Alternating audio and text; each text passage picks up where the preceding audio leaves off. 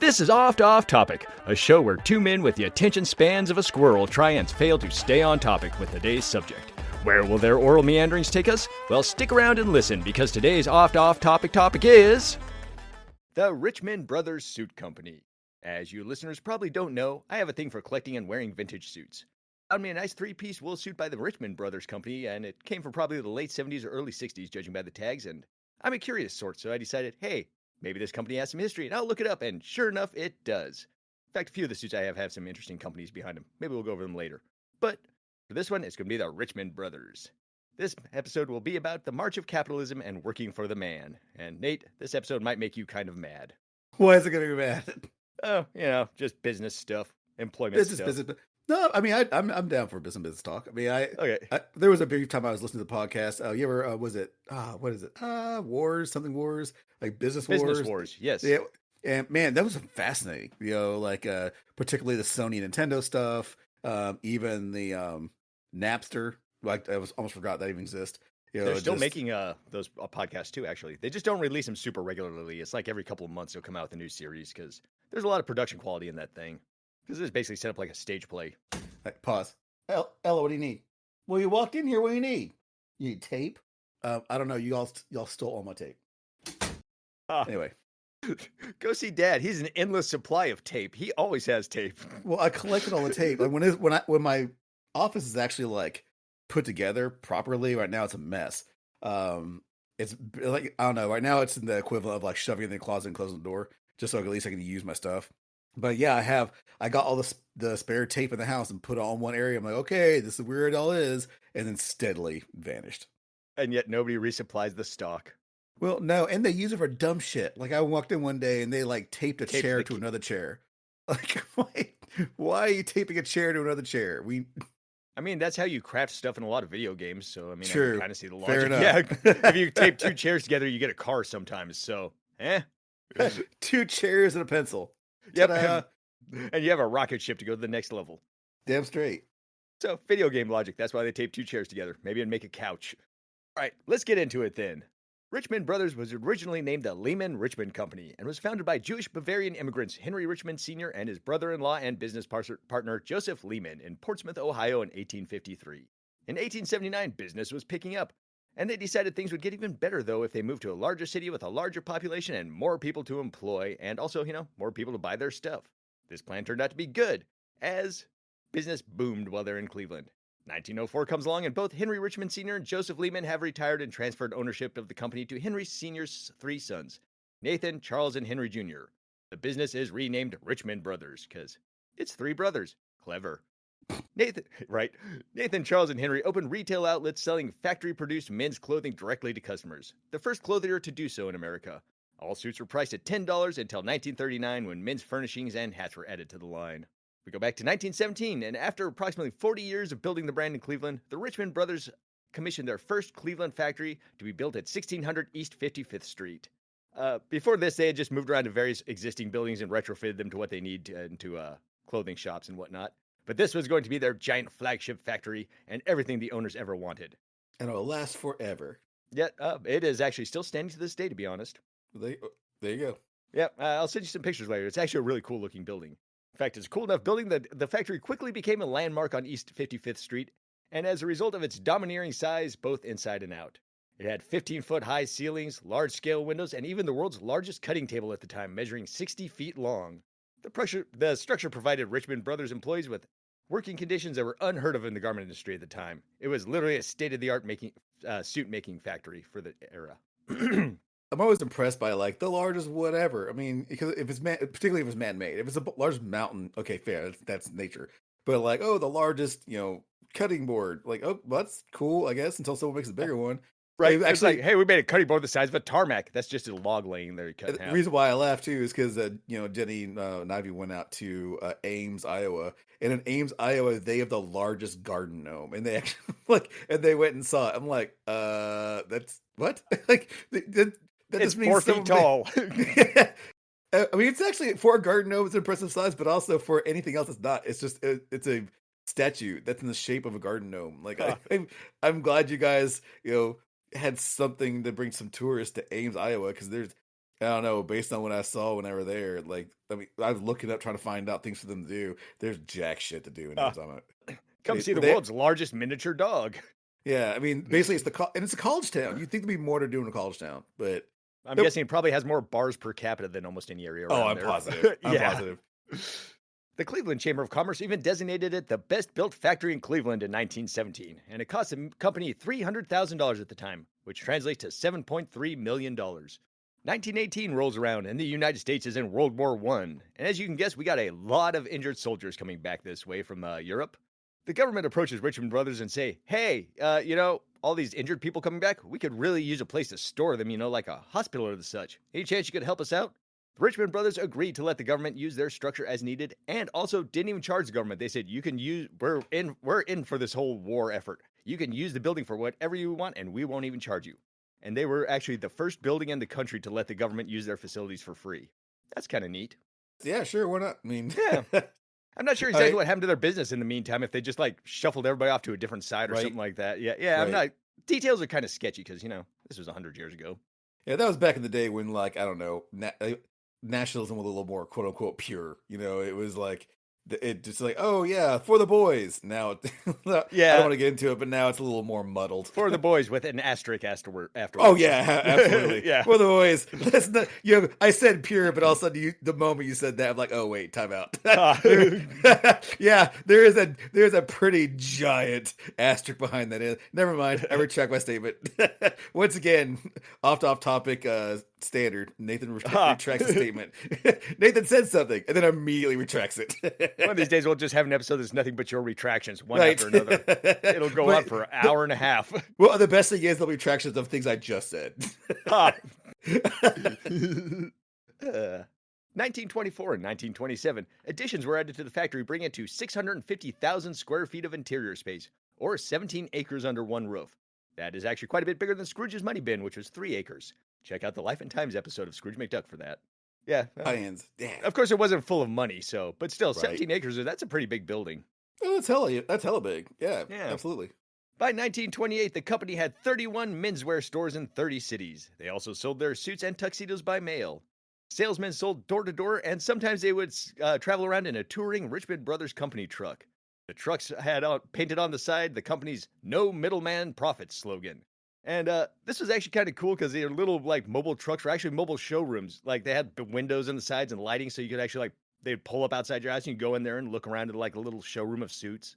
In the back of a little box truck kind of thing, but cool little setup. So you could actually feel the fabrics and stuff. What a hellish life to be a door-to-door salesman. I mean, can you imagine? You have to be numb to rejection because you're walking up to these people, you're bothering them during the day, or knock on the door. Hey, you want to buy a suit? No. Okay, cool. Or slam, or get off my lawn, or whatever. I mean, it's made up by all the lonely housewives you get to plow during the day, though. Yeah, there you go. Yeah, it's feast or famine. Well, but also you think about it nowadays, it's kind of like gone the way of the dodo. You don't really get. Like around here, if you show up to somebody's front door unsolicited, you might get shot. So yeah, that's literally the truth of it. That's not so quiet around here, but still, like every so often, I'll get a door-to-door salesman, but they're selling like, oh, we're selling vacuum cleaners or well, no, not vacuum, like fucking home security or gotcha, gutters or something like that. Yeah, this one guy came by, he's like basically trying to pitch like a Groupon thing. And he's like, oh, your neighbor's over there. Sally so-and-so from over there. I just go, dude, I don't know any of my neighbors. I have no intention of getting to know my neighbors. They mean nothing to me. So you bring up other people in my neighborhood that also did this. You're if anything, that does the exact opposite of what you think it's going to do. Don't you want to hang out with your neighbors? Absolutely not. Slam. And one thing I always do, because this is back when I was actually working from home. I would go, sorry, I don't make any decisions. I have to run that by my wife, and I'm doing it. She doesn't go for that. And they're like, oh, okay. I just always just kind of leaned on that because when I used to go, I'm making a decision not to do this. Then they're like push harder and harder. They'll try and change my mind. But if I make someone else like, you could push all you want on me. Yep. It doesn't matter because there's someone else who's going to stop anything I say if they don't like it. It's the wife saying she's not in town right now. 100%. Yep, 100%. And I'm like, because I'm making the choice. No, I don't want to do that. But I also don't want to stand there for 10 minutes trying to convince them no. And I also don't want to be super rude and slam the door in their face because I don't be a dick. Sometimes you have to be. But I'm trying to be. I'm trying Like to be 3 nice weeks about later, this. all of a sudden you'd be eating dinner and be like, I feel bad for slamming the door in that man's face. Just randomly out of nowhere, be like, oh, son of a bitch. But I agree. That's actually a good way to deal with door-to-door salesmen. Just be like, nope, nope, nope. It's the spouse's call and they're not here. Go Well away. then, Well, when well will then they they be go. back? Yeah, Nah, exactly right. When will they be back? I'm like, yeah. Did she? they're in the hospital right now, Yeah. and the kids are looking after her. It's Yeah. not looking great, but thanks for bringing up this painful memory, and then just start crying. Well, that has happened where it's finally just like, it's good. It's no, man. We're not doing it. Just go away. Just Please, I'm for trying the to be love of nice here. God. Yeah, I'm really trying to be nice here. I feel bad that you're out here in the 90-degree heat, going door to door, knocking on. Yeah, it really sucks. I'm sorry for you, but fuck off. So, At this point, the Richman Brothers Company was the shining star of Cleveland and was their largest employer of people. The Richman Brothers Company garment company manufacturing process included departments for designing, shrinking, cutting, sewing, pressing, examining, and shipping suits. Motor-driven machines were used to fabricate all garments, with each employee performing a single operation before passing the garment to another worker. A single pair of trousers passed through 49 pairs of hands, a vest 46, and a coat went through 159 pairs of hands. That's quite the assembly line right there. that is damn right. Yeah, right. I honestly would assumed it was like one person working on one garment of clothing, but whatever. When assembly was complete, an experienced tailor subjected each garment to a final inspection. Only then was the garment shipped to a retail store or directed to a mail order customer. Because of this process, Richmond Brothers became known as the company of quote unquote 700 fussy tailors. I kind of like that saying for some reason. It just makes you think of a bunch 700 of fussy trailers. tailors. Tailors, right? The Yeah, trailers. made by a tailor. Yeah, fussy trailers. A bunch of trailers sitting around trying to knit with their fucking wheels. Anyway, The 1930, the Richmond Brothers had 1,000 salesmen selling directly to customers across the country. But 1942 rolls around and they had to close down their mail order division because World War II shows up and fabric and patterns were limited. In early 1943, the company reported to its shareholders that 50% of its productions had been devoted to military garments and not suits. By 1948, there were 2,500 office and factory workers at the facility and another 1,300 employees in retail stores.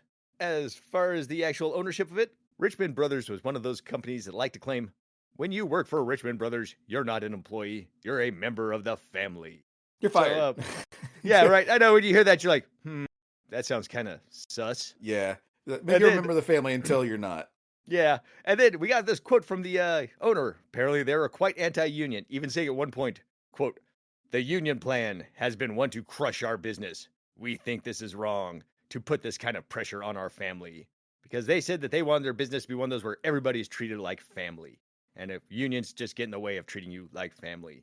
Now, Nate, when you hear that stuff, you're probably like me and you think stuff like Starbucks and Amazon. And when you hear, we want our people to be like family and unions stop that, your eyes probably roll so hard in the back of your head, you're afraid they're not going to come back. Yeah. I mean, look.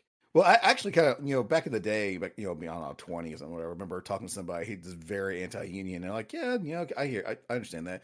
But as I got older and saw like all the benefits and stuff, I mean, I'm not part of, right now I'm working for effing Lowe's. So I'm not, a part of any kind of union there, but just, I get it. Maybe if there was a union, I might get paid more instead of like the pennies I'm working for right now. Richmond Brothers battle unions and keep them out of business, Nate? Got any ideas? No. Okay. Well, they actually managed to do it by treating their employees like real human beings. Oh, In wow. fact, this was like one of the greatest companies to work for at the time. Employees were given 2 weeks of paid vacation, one at Christmas and one at the 4th of July, which was literally, they were the first company in America to give you 2 weeks of paid vacation every year. They also offered paid maternity leave, a 36-hour work week when 48-hour work weeks were common. They did not believe in time clocks because they trusted their employees to show up on time and were like, well, if we put in time clocks, that just means we don't trust them. We can't have that.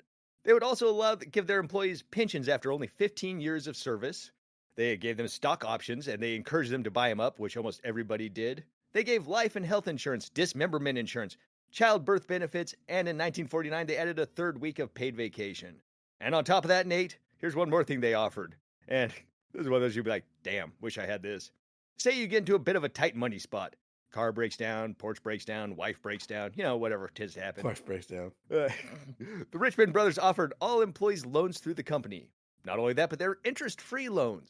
And not only that, but they were interest-free loans you could pay back on your own schedule. They're like, you need money? Here, have some money. Don't worry about paying us back. You're part of the family. You just pay us back whenever you want to. That's not bad. Yeah. Yeah, all these cool things. I'm waiting for the other for the job. By the way, they killed babies. Yeah. The state of the art factory is also extremely worker friendly for the time. Big open air, open floor plans, windows to giant windows bringing large amounts of daylight to see. Some windows were up to 15 feet big, covering entire walls.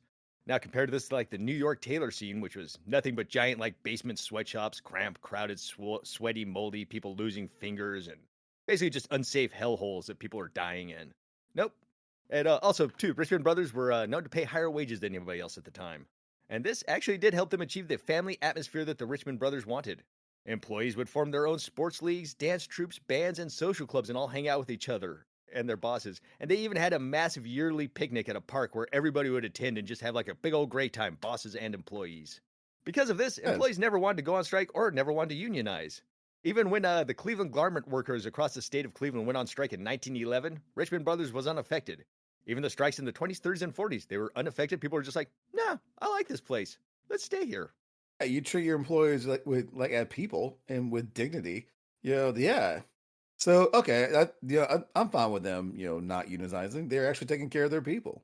Yeah, I thought at first you were going to go on like this long tirade about all the ways that companies are anti-union, but no, you actually were very respectful and listened to what they had to say. Good job, mate.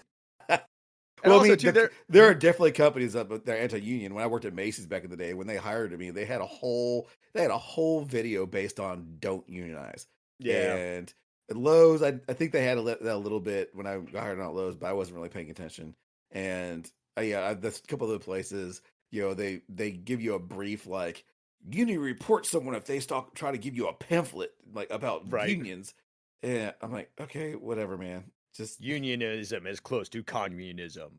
Rawr. yeah, stuff like that. It's Uh, just, do you really want them taking money out of your paycheck to pay for some dues? And like, well, They don't take that much out of your damn paycheck. They yeah. act like they take out half of it. First of all, they don't pay that much. And second of all, like the pros outweigh the cons. But Yeah, they really do.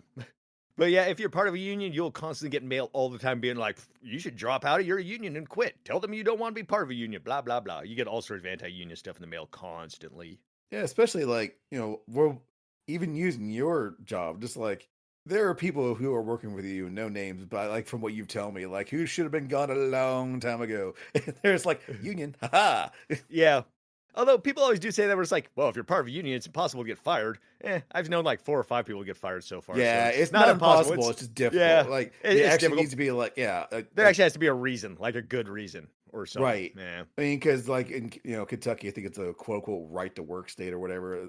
And they fire you for no fucking reason. I Yeah. mean, like they just I don't like how you look today. You're fired, and they could just do that. But Nathan, So you also have the ability to go find a better job whenever you want, though, and that's just so easy. oh yeah, just the same a similar job paying the same Yeah, wage right. you were making. Yeah, it's totally No, that's easy. what usually what anti-union people are. They're like, well, if you don't like your job, just go get a better one. Oh, you can't, Yeah, ha ha ha. Sucks to yeah, be you. It's like, well, that's nice. You must have a lot of money, buddy, or run a business. yeah. I love that. Yeah, exactly right. Yeah. So, because the Richmond Brothers business model and employee benefits were so good, they had absolutely no problems during the Depression hiring people or staying in business. People would just happily go get jobs there. They kept selling, and yeah, Depression basically unaffected this company.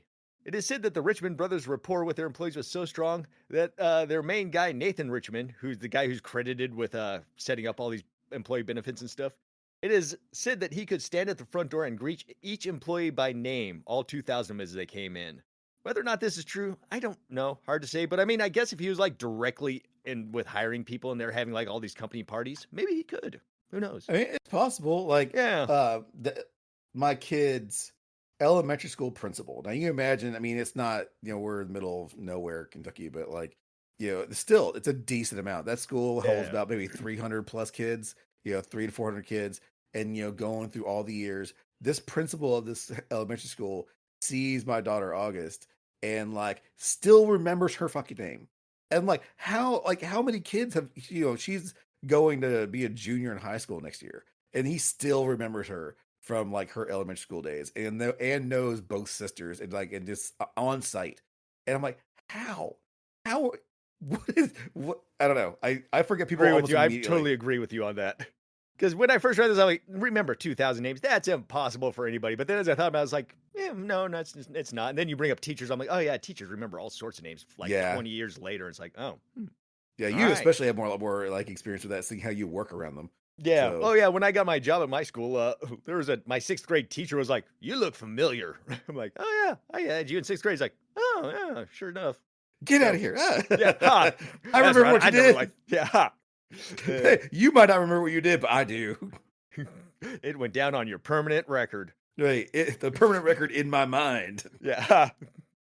Uh, Also, that Nathan Richmond guy, the one who's credited with maintaining the standards and knew everybody's name, at his time of death in 1941, 2,000 employees gathered at his open casket funeral to bid farewell to him.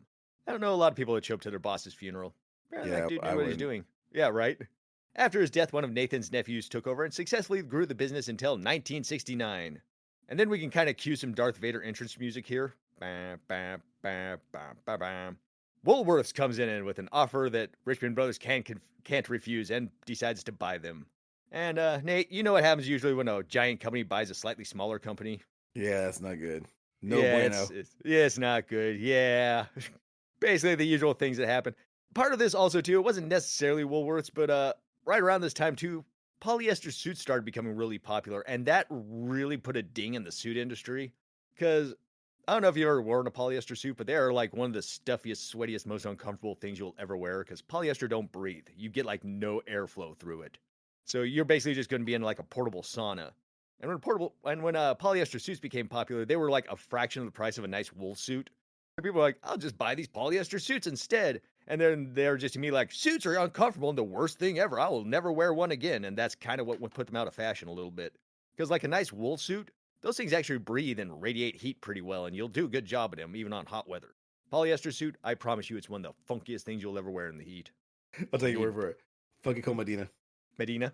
It's a Funky Cold Medina. Oh, ha. I don't get that reference, but I know that word. Ah, it was Uh, just a really dumb rap from is what was that it, where Tone the Loc. dog did the wild thing on his leg? Oh, Well, yeah, okay, yeah, I know he's it was. also Yeah. the same guy who does Wild Thing. So yeah, he's like Wild Thing, and then Funky Cold. Yeah, okay. He was a 2-hit wonder. That was the second one. Uh, Better two-hit wonder than no-hit wonder, I guess. Yeah, fair enough. I mean, then he appeared on. He was also in Ace Ventura. He was like Ace Ventura's cop friend. He had a really deep rally voice like that. Like that was awful person, like always.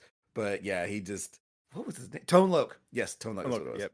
Yeah. You actually just said his name like 30 seconds ago, too. Oh, did I see? I already forgot. Yeah. See, can Nathan remember 2,000 names? No, I forgot. I No. said Tone Loc like 5 seconds ago. Nice to meet you, Mr. Tone Loc. 5 seconds later, what's your name again, buddy? Oh, Tone Loc. Well, it's such a common name. How could I Well, never remember that? that Tone would make. Loc. I love the little scenario there where I walk up, I say, "Hey, Tone Loc," like I know his name, and then immediately turn. I was like, "What's your name again?" Like I forgot his name when I initially said his name. Anyway, And the reason that's funny is because it's pretty accurate to what would actually Yeah. happen in real life, Nate. yeah, Uh, I'm bad with names. I'm even worse, so don't feel too bad. I was actually just talking to somebody like the other day, and he's like, "Yeah, you need to email my address, blah blah blah." And the entire time talking to him, I'm like, "I don't know his name, my God," which was sad because I knew it like 2 days ago. Yeah, Yeah. Like, oh man, do I need to Yeah, actually like- tell this guy I don't know who the fuck he is? Yeah, the entire time he's talking about barely paying attention to what he's saying. I'm like, Zach? Is his name Zach? It can't be Zach. I feel like it's Zach though. Surely. Yeah. So, anyways, Woolworths, polyester suits going out of fashion. 1990, Woolworths deemed the Richman Brothers financially unstable, and the company was liquidated in 1992, making 4,200 people unemployed. Sad times, the end of an era. People in Cleveland. They very stand at the bummed. door as they walked out the door saying, "Bye, Harold. Bye, Mom. Ha! Bye, so." They propped up that original dude's casket right next to it. He's Just standing had there like he's standing at the door and he says someone's name like "Bye, Harold," and so behind him with a hammer, whack. I forgot his name. Everyone by like whack. Now their name's gone too. Ha. On September 11th, 2009, a group of Chinese investors purchased the former Richmond Brothers factory with the hopes of converting the property into a hub of North American operations for several high and low tech Chinese companies, 2 condominiums, and they bought the whole thing at $40 million. Or no, the whole project was going to cost $40 million. That project appears to have stalled, and in 2011, a fire spread through the upper floors of the factory. And apparently, as the report said, the damage went undocumented, which makes me think that people just like watch the top floor of that thing burn on fire and they're just like, huh, well, ain't that something? See, someone should do something about this. Yeah, right? Well, who owns it? I don't know. So anyway, we're going for dinner. Yeah, exactly. Somebody else probably called it in. Yeah. Oh yeah, totally. I've actually thought that before. I see something like, I'm sure someone else got that. Okay. Actually, go into the general text channel. I'll send you the link for do pictures of that factory because it's actually kind of cool. Cool looking. So it looks almost like a video game level. It's modern day pictures of it though, so it's kind of like all Ooh, abandoned and falling apart. But oh my god, there's pinball machines in there, that's pretty sweet. Oh man, this is like right for a horror movie, right? Man, this got ancient pinball machines in there, like the old mechanical wheels on them and everything. It looks like something out of a Silent Hill movie almost. right? I mean, this is a perfect place for some kind of like either horror movie or If you're listening to this and want to look up abandonedonline.net, Richman Brothers Company. Or you could just Google Richman Brothers Factory into punch Richman Brothers Factory into Google and it'll pop up eventually. those pinball machines have seen better days. Yeah, they have. And you think someone would take it? Why'd they leave? I mean, because like leaving the factory itself, I get that, but I guess maybe the pinball machines were broken at the time. Or maybe if you just touch them, they have like this weird slimy funk on them that nobody knows what it is and thus nobody wants to touch it. Because I mean, there is water underneath them. Maybe they're constantly Fair. oozing some sort of liquid. Why do these pinball machines have pus coming out of them? We don't know. Don't touch them though. Fred did, and he ain't been the same since. He stopped caring about the employees. Yes. What? Ha! He was no longer part of the family, thus he must be squelched. So there you go, Nate. A quick episode on the Richmond Brothers, people who made one of my favorite suits. It's a nice three-piece one. It's gray with like little red checkerboard stripes on it. Did you learn anything fun today? When was your suit made? Either very late 60s or very early 70s, judging by the tag. The only real way to tell suits is usually by like the lapel size, but there'll be like a union tag on the inside. And depending on what the union tag says and the color setup and how it's arranged, that's kind of how you can tell the generation of what the suit's from. And the tag in there like has it somewhere between like 65 and like 78, I think. Because there are some broad swaths where they use tags. I So mean, is it good? Is it it is good? actually very nice. 100% virgin wool. Fits great too. None of these, none of this touched a woman.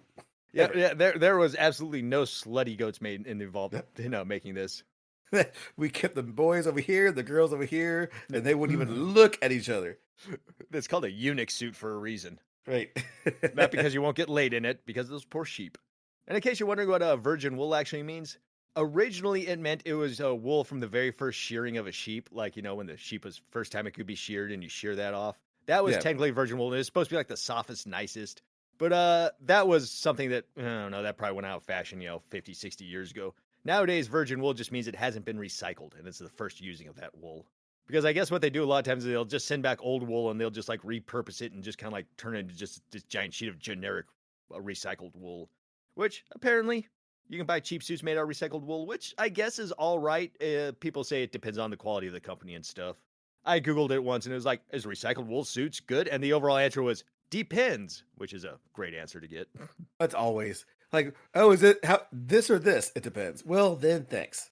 I was looking for a yes or a no. Right? Because I knew it kind of depended. Thank you very much. It's like what I think always irritates me with like when I say, particularly girls, that we fuss about this all the time. Hey, do you want to do blank? And they go, sure. That's not a yes or a no. A sure says, I don't necessarily want to do it, but I'm willing to.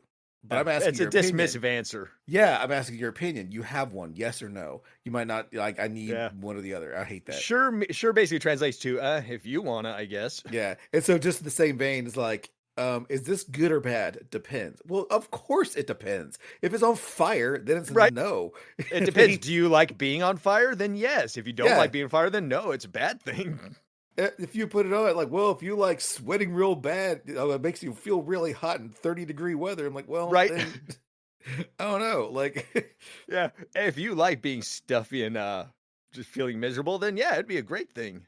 like all the seams are like a little too tight, so you'd actually want to bend down. You can't bend your knees. You walk like a robot. Like, then, yeah, if you like that, then sure, it's great. Like, well, Yep. do you want to move like C-3PO? Yes. Yes. Actually, I want to upload one last picture for you just because I like this one because it's very obvious. It's like, hey, do you want us to take your picture while you're getting sized for a suit for this magazine ad? And he's like, yes. Let me suck in my gut as much as humanly possible. Oh wow, that you're not gonna get the actual like.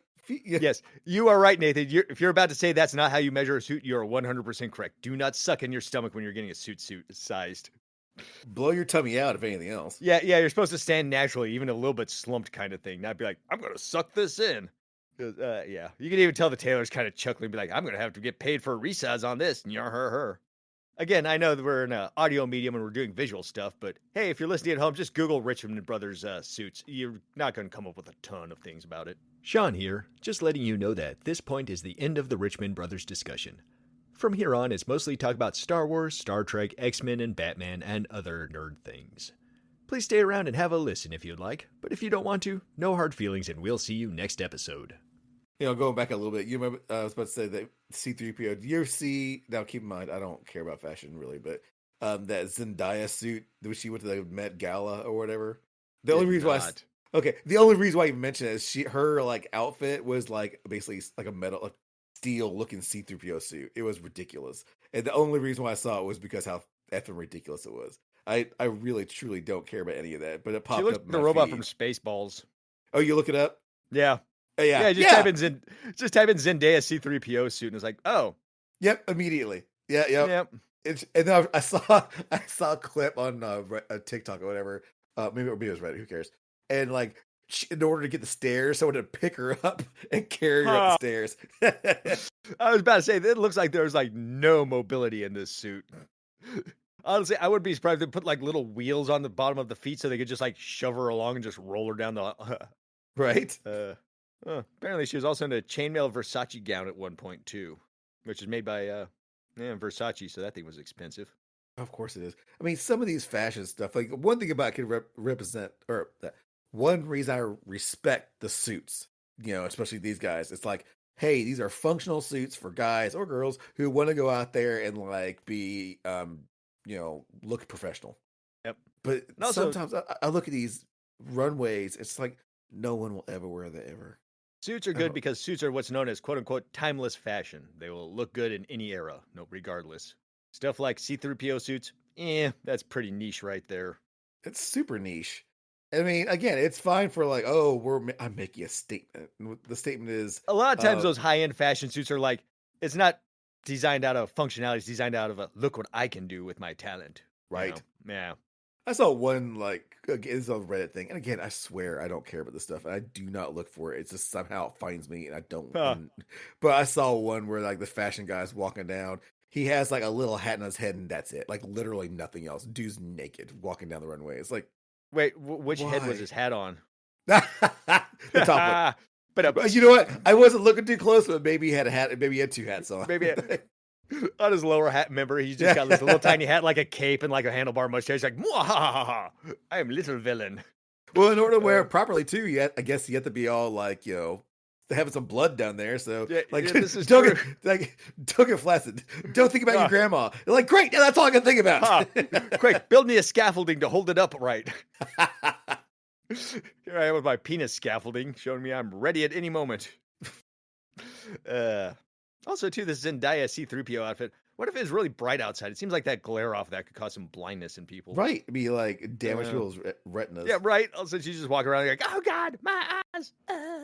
C-3PO. It's more like Chic 3PO. I just read the headline of the pictures I was looking at. And she does not look happy either. I'm like, every picture I'm pulling up of her, she has like she's not smiling at all. Even there's one next to her boyfriend, Tom Holland. That's not Tom Holland. That's Dune guy. Timothy Shamalama Ding Dong. I almost said Timothy Oliphant. I've been way off on that. Oh, yeah, you're way off on that one.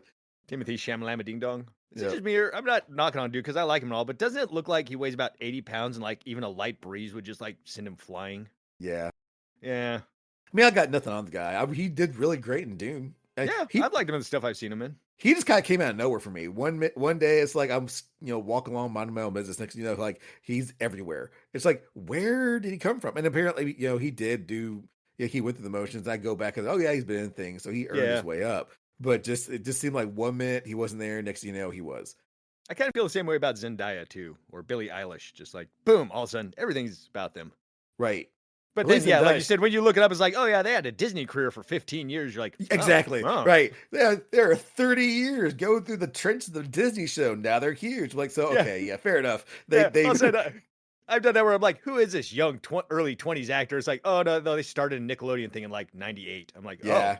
okay, Like, oh that's yeah. different. They've been around for a minute. Okay. Yeah, Sure. oh, they're almost my age. This is awkward.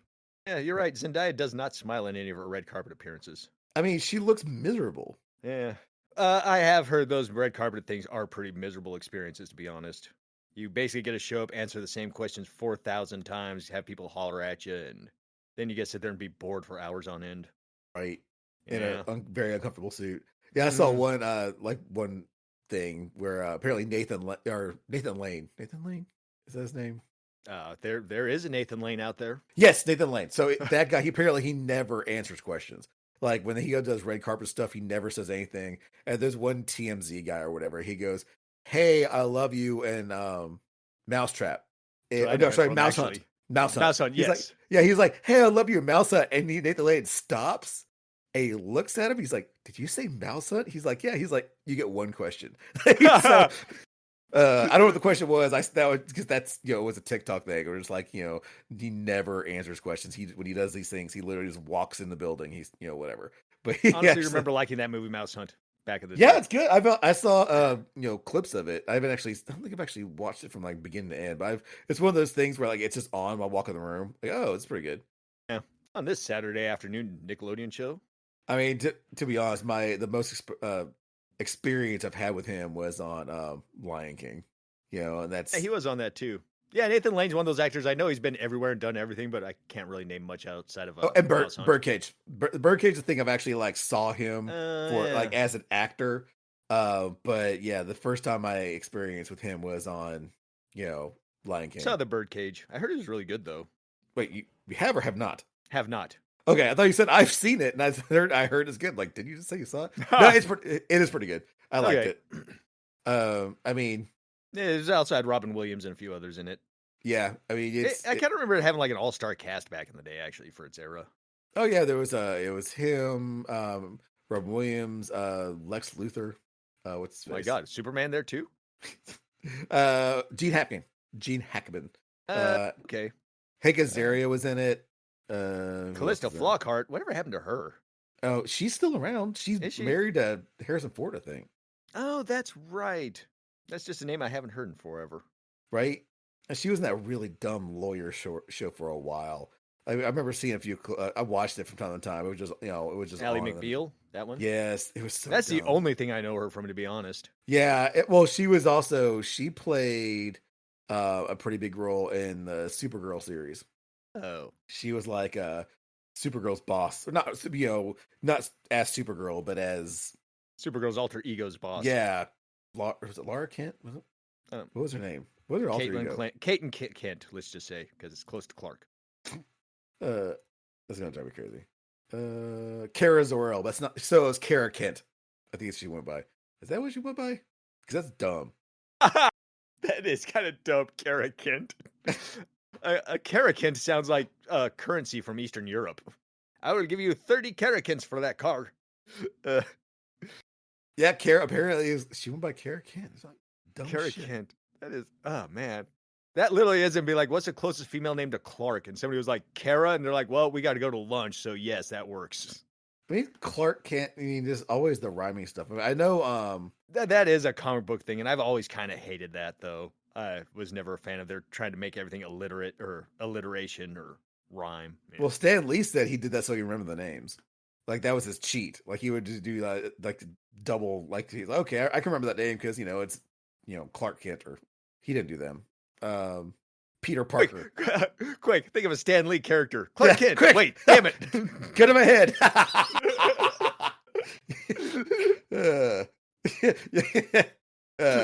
That's right up there. Peter Parker. Right I got that one. That's right there when I'm explaining to you the 3-name serial killer thing, and my first one pops out of my mouth is Ted Bundy. Oh, wait. Serial killers have 3 names, like Ted Bundy. Oh, damn. Right. He has a 3rd name, I swear. We just don't know what it is. Ted, quote unquote, the killer Bundy. Yeah, the killer. I don't know. Ted Killer Bundy. Kara Zor-El's real name is actually Linda Lee Danvers. Is that what she went by? Okay, that makes more sense. But did she That do? sounds a little better, but Well, did she go by that on the CW show? oh, gotcha. It probably changed with what the writers wanted to do, to be honest. Yeah, let's see. Come on, just I don't. Kara Danvers. They split the difference. So on the CW show, she went by Kara Danvers, which is Peter better than Parker, Kara but Kent. what other names had alliteration for what's his butt? Stan Lee. Peter Parker. I mean Tony Stark. That's not it. Let's see. Fantastic Four. Oh, Reed Richards. There we go. Sue Storm. Stephen Strange. Are we sure this is so he can remember the names, or is he just not that Well, clever? that's what he coming up with said. names? I mean, I was going. Yeah, this might be revisionist history too. Hey, These names are dumb. I can't think of anything else. I mean, that's what he said. So I mean, I don't know why he. J. Jonah Jameson. He definitely went for the stars on that one. Yeah. Triple J's. But he did do that for. Yeah, he didn't do it for the X-Men though. Yeah. Like Eric Lyncher, Charles Xavier. They Chucky said Z. on this Chucky thing, X. like I pulled it up on here. It's on Reddit, and someone's like Wolverine, Logan / James Howlett. I'm like, okay, to be fair, James Howlett didn't come around till like the early 2000s. They didn't give him another name. Nobody calls him James Howlett, anyways. Right. I mean, but that name didn't even exist until they gave him a backstory like years, like decades after it was just Logan. So James Howlett is stupid too, because Wolverine, Wolf, Howl, Howling, Howlett. That's I don't know. stupid. I don't know if that was intentional, but it sounds like it was, and I hate it. Scott Summers. There you go. There's one. Okay. you get the one for the X-Men. Jean Grey, if you pronounce it J as a hard J or something, or Gray as a soft G. Jean Dre. Team Trey. Jean Dre. Forget about Dre. Yeah, maybe it's not such a big, I'm sitting here going, man, all those alliteration names from, it's like, not many. Maybe the alliteration names are just the ones he stole from other writers. Yeah, let's see, Bucky Barnes, Matt Murdock, there you go, Daredevil, Stephen Strange, Reed Richards, Sue Storm, Silver Surfer, Victor Von Doom, like, that's pushing it. Yeah. Bruce Banner, there you go. Happy Hogan, that's stupid. Peter Parker, Miles Morales, but that was like long after. Peter Porker, that's again, Ditko write a bunch of these characters too, and not what's his butt. I don't know. Yeah, I mean, because some of these names, I don't know. These are just like I just pulled up Marvel names. These aren't necessarily specific to Stan Lee. Yeah. It's one of those things. All the writers from Marvel back in the day had really cool, clever names for all the characters. Stan Lee was like, "No, we have to change this to alliteration." I mean, some of these names too. It's like, okay, whatever. Like Green Goblin. I mean, yeah, I guess, but we're not. That's not really a name. It's just it's a descriptor, or right. Cletus Cassidy. Why not? Sure. They have Donna Diego on here. Scream. That very famous Marvel character, Scream. And I need to look that up. Oh, yep. Oh, I recognize her, but I've never read her in anything. Oh, and then there's Loki Laufeyson. Like Laffy. Oh, fuck off with that. Loki Laufeyson. Isn't that his original name from the fucking religion though? Like probably. Yeah. Yeah. He's just on here. Thor, brother of Thor, Loki. I'm like, okay, yeah. This Scott Summers is probably the Sebastian Shaw, whatever. Warren Worthington III.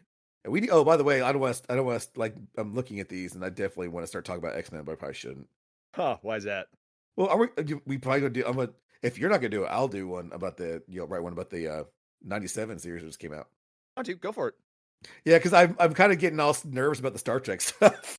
So first of all, it's not just like you were right. Like I started digging into it, I'm like, man, this is massive. So, and I, like I said, I love my DS9, but then again, it's like, I don't know, I don't want to just sit there and go like, oh yeah, they made a show and start going in the nitty gritty of it, and it's so divisive, about the Star Trek, and there's so much stuff. I just missed, we got that comment saying, oh yeah, here's why X, Y, and Z. I'm like, okay.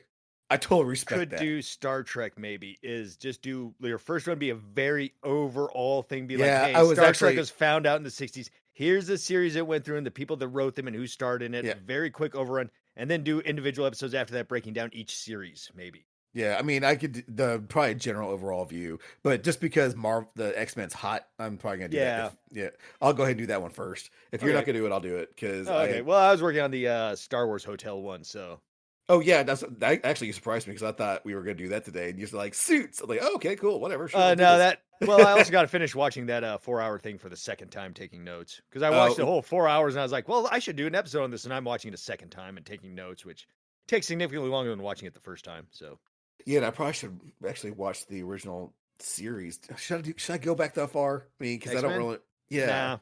Okay, cool. Thank you. 'Cause I'm like, oh man, do I need to watch all? Because it was like, was it 3 seasons? Was it? 3 or 4, yeah. Uh, X-Men, the animated. I mean, I liked it. It's just still. I mean, it's also dated.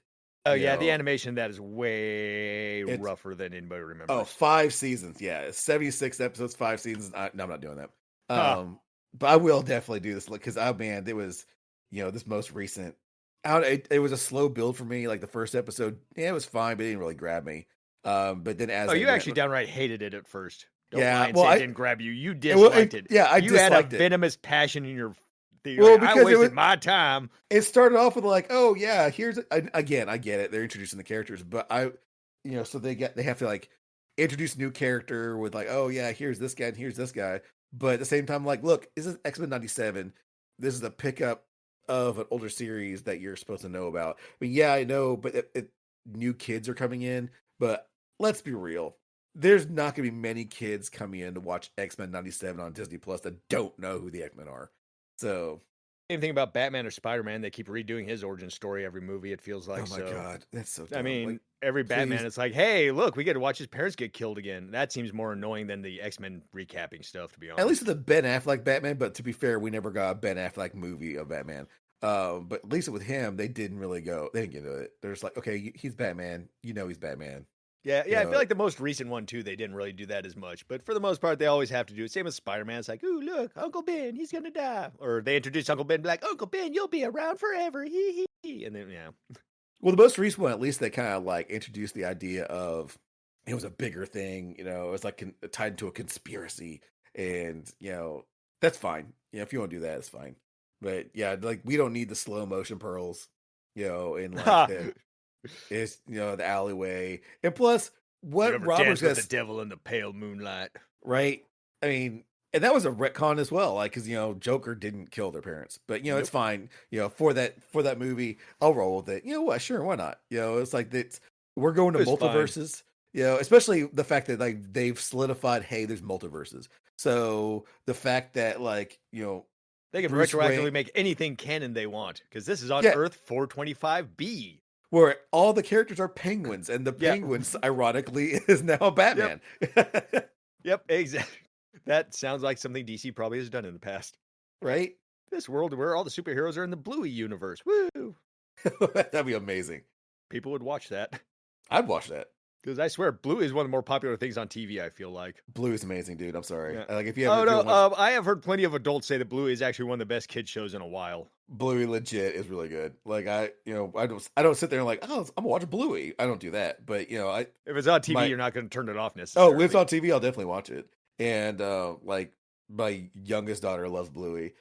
She's 9, but still, like if they put it on and watch the new episodes that come out, it's so dumb too. Like they've actually like censored because they come from Australian TV and they come over here. And first of all, Australia's crazy with their censorship already, so it has to be ridiculous if they're censoring right here. And they censored one episode because it was like there was the dad got put on trial for farting, and for some reason farting was too far for Disney Plus.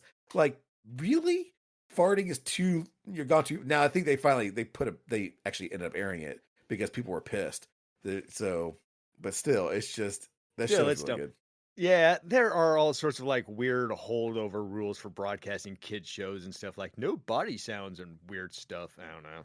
Well, one thing See. my biggest gripe about Bluey is it gives unrealistic expectation of our parents because these parents, like the parents on the show, like they commit to the bit, and like their kids, like, hey, we're gonna play freeze tag or whatever, and so whenever they hit a horn, like the dad is to freeze, and he literally freezes, and it affects his day. Like he's trying to do things, and he's standing there. They're like put a bunch of makeup on, whatever, and they're like, oh, ha, ha, ha. But then he goes out in the world where other people are around and they're playing freeze tag with him. And he's like, he can't leave to go to the store because he's stuck in the like, come on, man. Like, stop doing this. I can't do this to my kids. I got to go to the store, period. Leave me alone. So what happens is eventually Bluey's eventually going to take the series is going to take a turn when the dad hits one of the kids and it just goes off the rails. Yeah, gets real awkward. Yeah, it real gets real, fast. awkward. Gets real dark, and then the truth comes out. All the stories, the molestations, Okay. They're like, the child trafficking. right? In this episode, we deal with child trafficking. Like, whoa. Like, oh no, Uh, Puppy mills become a big thing in that show. Oh man, can you imagine? Like they spent the entire episode, a Bluey episode, dealing with puppet meals. that, that would be interesting. That would be honest. I'd watch it. What's I tell you happening to what, mom? Oh God. yeah, that'd be horrific, but somehow hilarious. Only to a certain number of people like you and I. Yeah, right. So yeah, you can actually look up the reasons Blue was censored, and it's just local dumb stuff. Yeah, it really is. It really is dumb stuff. Yeah, like in New Zealand, episode 46, Bandit now burps instead of sneezing due to a complaint about using a food allergy as a joke. That's a New Zealand censorship. I get clips every so often of like The episode some was banned from TV airings due to Bluey and Bingo naming Bandit Ooga Booga, which is a racial term. The word Ooga Booga was changed to Shooby Doowa. I guess. Doowa. I mean, if it's Oh, a yeah. legit, like, I roll my eyes about it. But then again, if it is like a known Yeah, slur, Ooga Booga might mean something totally different in New Zealand than it does yeah, up here. 'Cause yeah. I If can it, kind of see that because there's a lot more, jungles down there by New Zealand. I don't know. I mean, even here, like, if you want to make that association, sure. But I think a lot of people wouldn't. But then again, I'm also, I would think of like Oogie Boogie from Nightmare Before Christmas kind of stuff. yeah. I mean, I don't know. Like, I'm also not necessarily. I'm not in any of the demographics that would be insulted by that. And I've never really said that it wouldn't even occur to me to like take that as a racist term. Not me either, really. But also, we didn't grow up in New Zealand, so like you said, cultural Exactly. differences. Yep. Yeah, apparently, in Southeast Asia, they censored a scene where Bandit or Bluey is doing surgery on Bandit. That sounds dark. No, the actual scene is where Bingo puts Bandit to sleep, and Bluey is doing surgery to Bandit. Hopefully, it wasn't surgery against his will. Right. He's like, oh dear God, stop! I can't. I don't want to commit to the bit anymore. We're gonna make you into the pretty girl we always wanted. There's some weird censorships here. All poo scenes were changed to booger. The color of the booger in the first scene was changed from yellow to blue.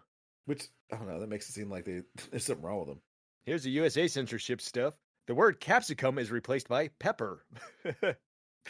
In most of the world, peppers are called capsicums. What are capsicum? Peppers. Capsaicin is the stuff that makes peppers hot, and that's named after the fact that like hot peppers were named capsicum in some countries. I gotcha. Mm-hmm. Basically, it just changes so kids weren't that busy hounding their parents. What's capsicum? And parents have to say, I don't know. And then kids are like, you're dumb. Oh, do you get that picture I sent them? Like the Ella drew, like she wrote this report. Oh, I did. And I asked what that was, and she was supposed to think the Watcher. I'm like, that doesn't. You're not even using the right words for Watcher. Like it was that she made a picture of a giant like lizard's eye, and I'm like, okay. I mean, that makes sense once you give me all the elements, but like that's not the Watcher from the Marvel comic books. And which I didn't even notice. Did you notice the Watcher was in episode 5 of the X-Men? Keep going so I can remember when episode 5. Episode 5 was in the shit hits the fan. Okay. Yeah, like it really the whole series takes a big like left turn. Gotcha. The event on the island, basically. Yes. And like just for the show Cable, they look at the sky, the fireworks are going off, and they pan down. If you pay attention, I missed it. I had to actually go and look at a still screen. But I was saw some people like reactions that people saw them, but you could see a very, very slight silhouette of the Watcher. Because it's one of those core experiences in all the universes that never changes or whatever it's called. Yep. Right. Yeah, I watch stuff like New Rockstars and Screen Crush, and I get to learn all behind the scenes stuff like that. Neat. Yeah, because I mean they're more observant than I am, and sometimes I'm like, I don't know who that comic book character is anymore. Right? Yeah, there's a sometimes they'll show a character. I'm like, I kind of recognize him, but like I acknowledge he exists, but I don't know anything about him. Yeah, right. That's background character number 42. Although at the end, when they went back in time, and I know we're going spoiler territory, but whatever. When they went back in time and they saw that dude fighting those other guys, I knew exactly who that was because they did a really good job.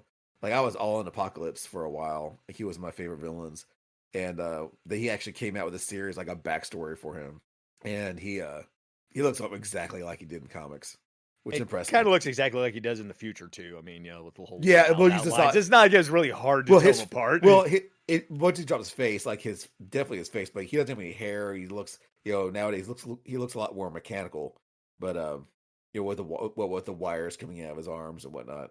and his head, I guess. Yeah, he's just one wiry dude. I hated what they did with him in that movie, though. The movie he showed up in was that? That was the third one, X-Men 3, I believe, which was the one I actually didn't see. X-Men No, First Class. it wasn't first, That one? but of the first class, it wasn't like X-Men 3 because there was X-Men, X-Men 2, X-Men 3. That wasn't those. It was the new class stuff. Oh, it was actually a movie called X-Men Apocalypse. Okay. Yep, I never saw that one either. it's not good. He looks There, dumb. yeah, he does look dumb, and they changed his powers up. Like he's supposed to be this, immortal. Like he can basically change himself like down to a molecular level. He can, you know, get real big, get real small. He has laser blasts. He can shapeshift. But in this movie, he had the ability of stealing other mutants' powers, but he did it like in a weird way. So he would basically steal a mutant's powers, and so he like stack on top of it. But that's not what he It's just like does. Yeah, Rogue Plus Edition or something like that. I mean, he has done that before. Like I'm not saying he's never done that in the comics. He absolutely stolen other mutants' powers before, but that's not his core power set. And it's just, I don't know, it was just really frustrating. And that's when And you stood up in the theater and screamed at the screen, "No, that's not how this works!" And everybody told you to shut up, and you stormed out of the theater, right? well, I yelled at my computer monitor because Oh, okay. And all your family looked at you and be like, "Dad, sit down and shut up." You're like, "Ah, you don't understand." it's so, I mean, it was just really upsetting how they just totally bungled the whole thing. And there was actually a really cool, like, there was the Magneto story in there that it was actually really good. They made him a tragic character and they just like totally just dropped the ball. Like, hey, it's like I wish they saved that story plot for a better movie kind of thing, so more Right. people knew Oh, about yeah. it. But basically, like, the Days of Future Past was the best X-Men movie of the new movies, and the end. The last Never one they saw that one made, either. that was actually worth watching. If you're gonna watch any of like the first class stuff with with what's his face as Professor Xavier, who I'm totally blanking on. Patrick Stewart. No, the other Oh, guy, he was in Days of Future McAvoy, Past, though. Oh, okay. James McAvoy. Yes, that's the thing. Like they kind of blended the future and the past, or the future and the past versions on this one. It like mostly takes place in the past, but Gotcha. yeah, and it's like they do the whole thing to change the future, and it's So actually it's one of those really things where they have the occasional flash forward that you kind of wonder if it's just footage clipped from a different movie that was left over. well, kind of. It starts off in the future, and then like they send Wolverine's consciousness back to his old body, which is not how the comics went at all. But it was they worked around it because God forbid Wolverine's not the main star in these things.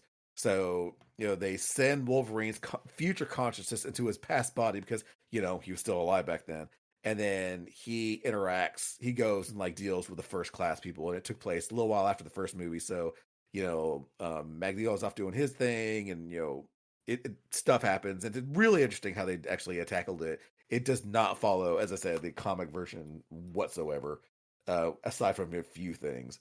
But is Say it one thing perfect? about. No, it was like, is it perfect? Absolutely, absolutely not. But it's better than the other ones.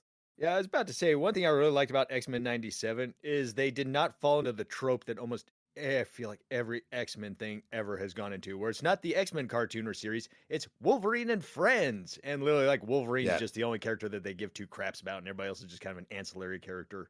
Because Well, I I'll feel be like a honest with you. lot of X-Men stuff is just like, well, everybody likes Wolverine, we'll just make him the head of Yeah, everything. and Wolverine wasn't really a big deal in this. He was there, yeah, sure, because he's Wolverine. But I mean, they kind of avoided making him the star of the show like a lot, and he was just basically kind of a fuckboy the whole time.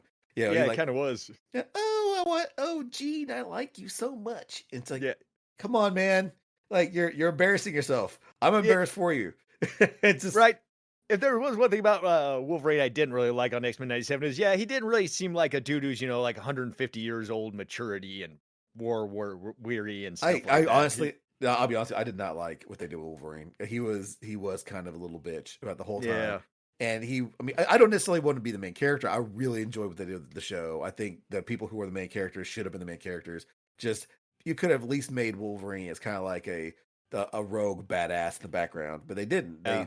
He had his badass moments, but by and large, he was just like kind of impulsive and whiny and just doe-eyed for a girl who who will never actually reciprocate. It feels like And they wrote Wolverine like he was supposed to be 18 or something like that. Yeah, just I don't know. I just really wasn't a fan how they represented Wolverine. I'm sure hopefully after the next season that's coming up in probably 10 years from now. But when they actually Probably. uh when he's dealing with his bone claws, they change him up, maybe make him a little bit more important. Um That could be, yeah. When he it'll be goes all interesting. feral and everything. It'll be interesting to see if they make the physical changes they gave him in the '90s when he was the bone claws, and even with the bone claws, I did one thing I liked about the bone claws version of Wolverine is he healed a lot faster in the comics. Because the idea in the comics was the adamantium was actually poisoning him, and his healing factor was dealing with that poisoning. And he had a very strong healing factor, but it was actually stunted because a lot of it is focusing on healing the blood disease that would be the adamantium, like you know, it's trying to balance that out. But with those adamantium gone, his healing factor can focus on rebuilding him. That being said, they also made a comic of where he was blown up and every bit of his flesh was burned off except for like a little bit, like some hair, and he grew back from that. So I was just about to say, I remember a scene where Archangel like literally shreds like all the flesh off of yeah, Wolverine's adamantium skeleton. And he comes right back seconds yeah. later. So it depends on So who's yeah, writing. it depends on Yeah, who's writing. because I absolutely saw there was a comic bit where he literally got blown up and it was like he was decimated to almost nothing, and he came back like it was fine. As long as It, there's one atom left of him, his healing right, factor can take like over. And you're like, he's Cell from the DBZ. yeah, exactly. Yeah, healing factor is kind of a weird thing for a character to have. I mean, it's Uh, cool. I mean, if it's but it always seems to be like the healing factor person is a badass. You very rarely do you see in the comics wise where it's like, oh, I have healing factor. Do you have super strength? No. Can you jump or yeah, hunt? Nah. Are you yeah. fast reflexes? No. I get beat up a lot. And my healing So factor is really slow. In fact, it's only about as fast as a normal person. Maybe I'm just human. right. Yeah, I mean, the one time I saw a healing factor kind of used, even interestingly that I thought was there was I can't remember what it was a manga, and I dropped it because it got boring real fast. But the idea was like they whole teleport another world. Oh, you're a hero, and like yay, and his buddies go off. They're like, oh, you guys go and like go on adventures. This guy over here, we're gonna talk to him a little bit, and they put him in this lab in the basement, basically just use him as science experiments and like constantly like re-kill him and torture him. He's like, it's it's kind of a dark thing, and his friends are like, where's Harry? Oh yeah, he went on a diplomatic mission to this other place. Yeah, that's the ticket. So and of course he eventually escapes and befriends a vampire and kills all as it's a manga. What do you want? So and Right. then Adventures of Hand, panty shots every so just it's a manga. So, Everyone hmm.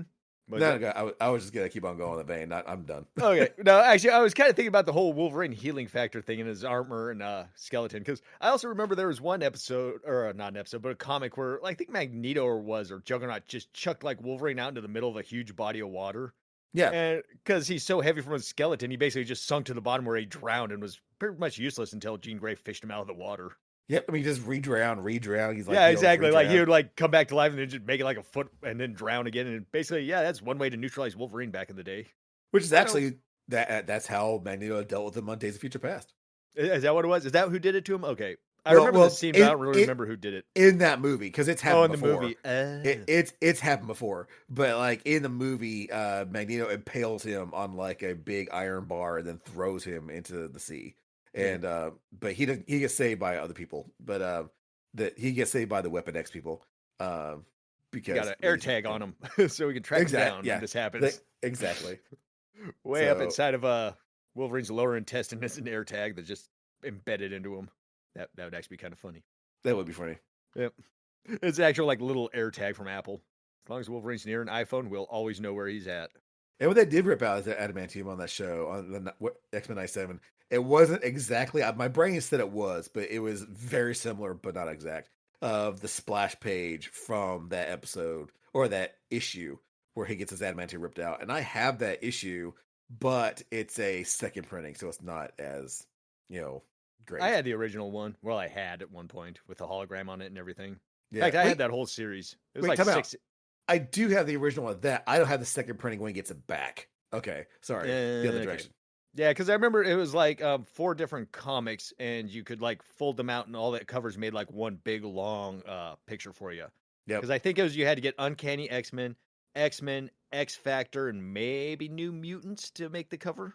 Yeah, I mean that was the '90s for you. You know, the '90s Uh, love that. Oh, you yep, need to buy the same comic 4 times to get this entire splash page. It's yep, like, oh, and that's fuck why I off with kind of that. got out of comics. And also too, it's like, hey, you want to continue this X-Men story? Well, you better go start reading some of this Fantastic Four now. It's like I don't want to read Fantastic Four. I ain't Well, got the money or time.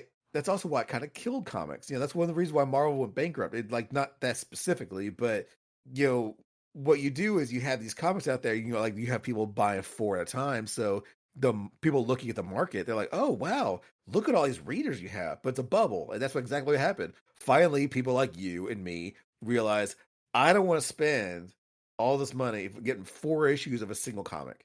And you either do what you do, where you just stopped, or some people just started buying the one. So then they went from like selling 1 million copies of something to selling like 100,000, which is Yep. still a lot. But when you budget it out for 1 million of them and you printed off 1 million of them and you only sold 100,000, that's going to bite you in the ass real hard, real fast. Yes, it And will. that's kind of what happened. One thing I So also like to do too is kind of just wait for like the trade paperbacks of stuff to come out, where it just encompassed everything into one big book. yeah, that's a smart way of going too, because especially when it gets confusing. Because never mind like the 4 issues for one, like four different comics for one issue, but then like for instance, Nightfall. I mean, you know this with Batman. Okay, we got 4 different comic lines for the same character.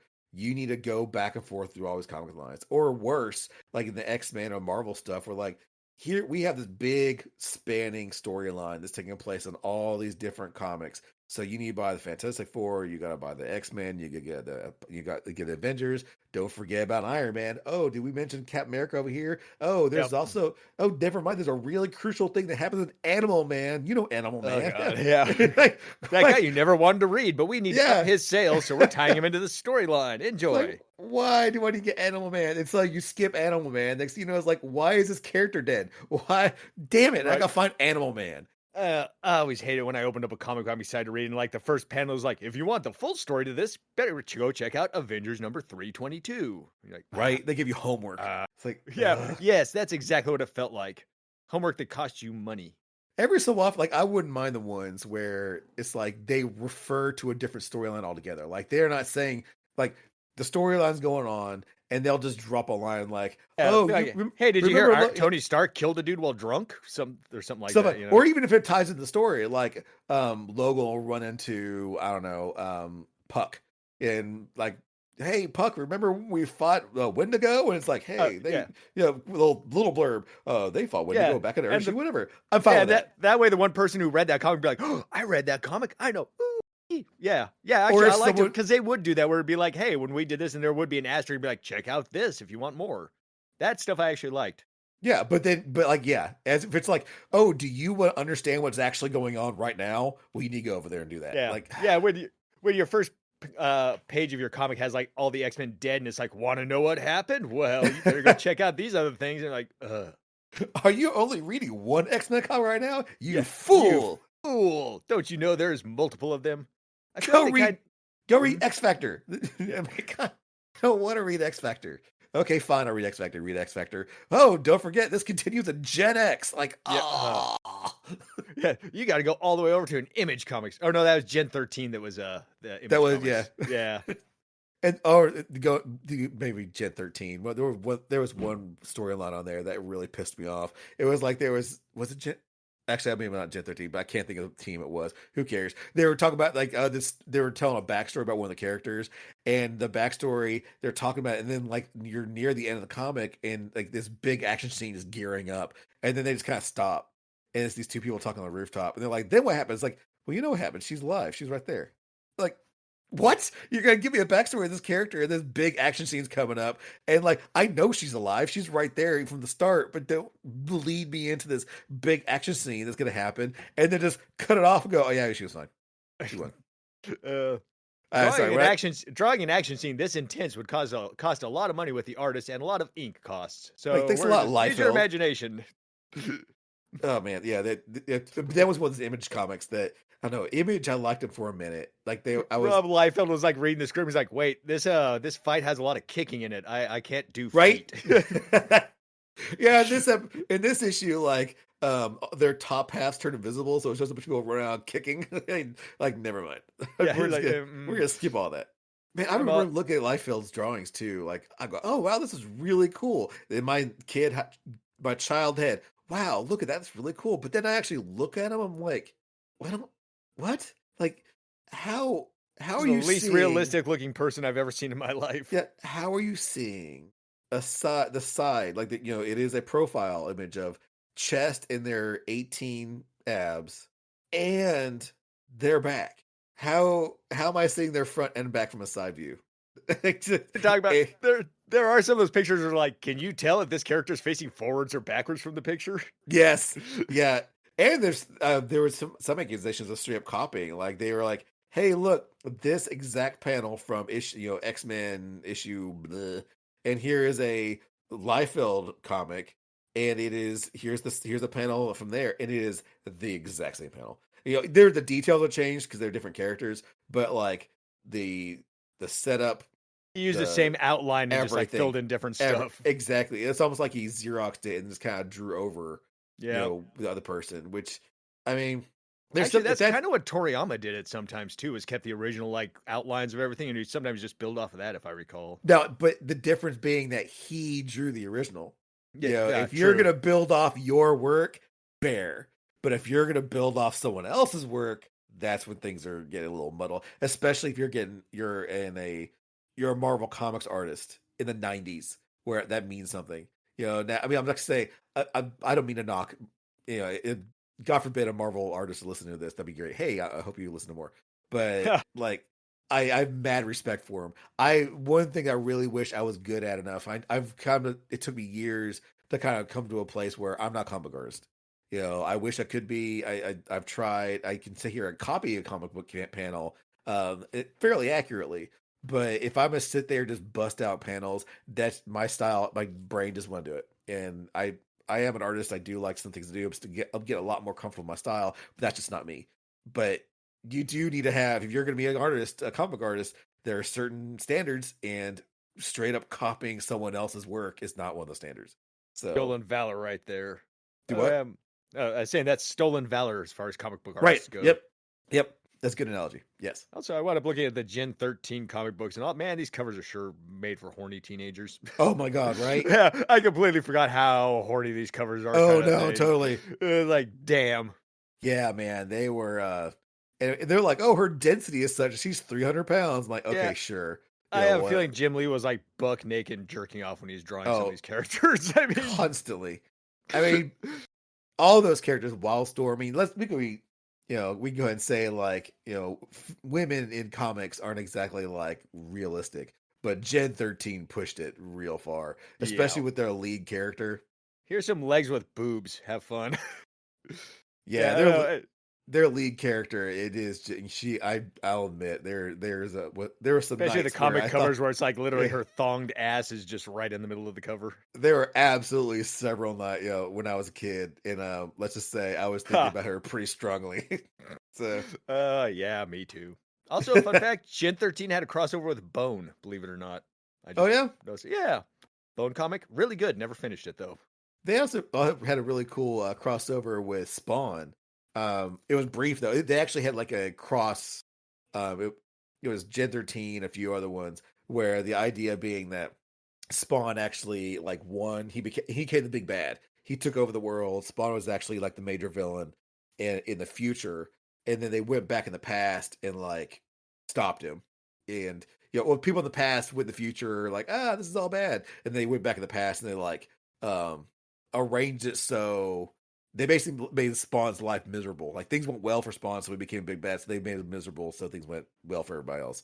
It doesn't really matter, but the one thing I do remember is the main character of Gen 13. She got put in like a whorehouse, and because she didn't want to be having to bang all these different random villains, she on purpose got like three. Like she said three, like really really fat and ugly, just so people would leave her alone.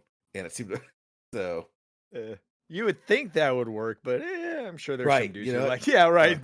In I reality, mean, we are well aware that people will stick their dick in anything given the chance. 100%. That was one of those. That was one of those times that '90s they got dark. Yeah, yeah. Yeah, 90s was kind of like when they're like, hey, we're going to try to make things a little more mature for the readers at times. Because before that, they were kind of seen as like bubblegummy fun things. Although I do remember having some like older, like early 80s Batman comics that seemed pretty dark.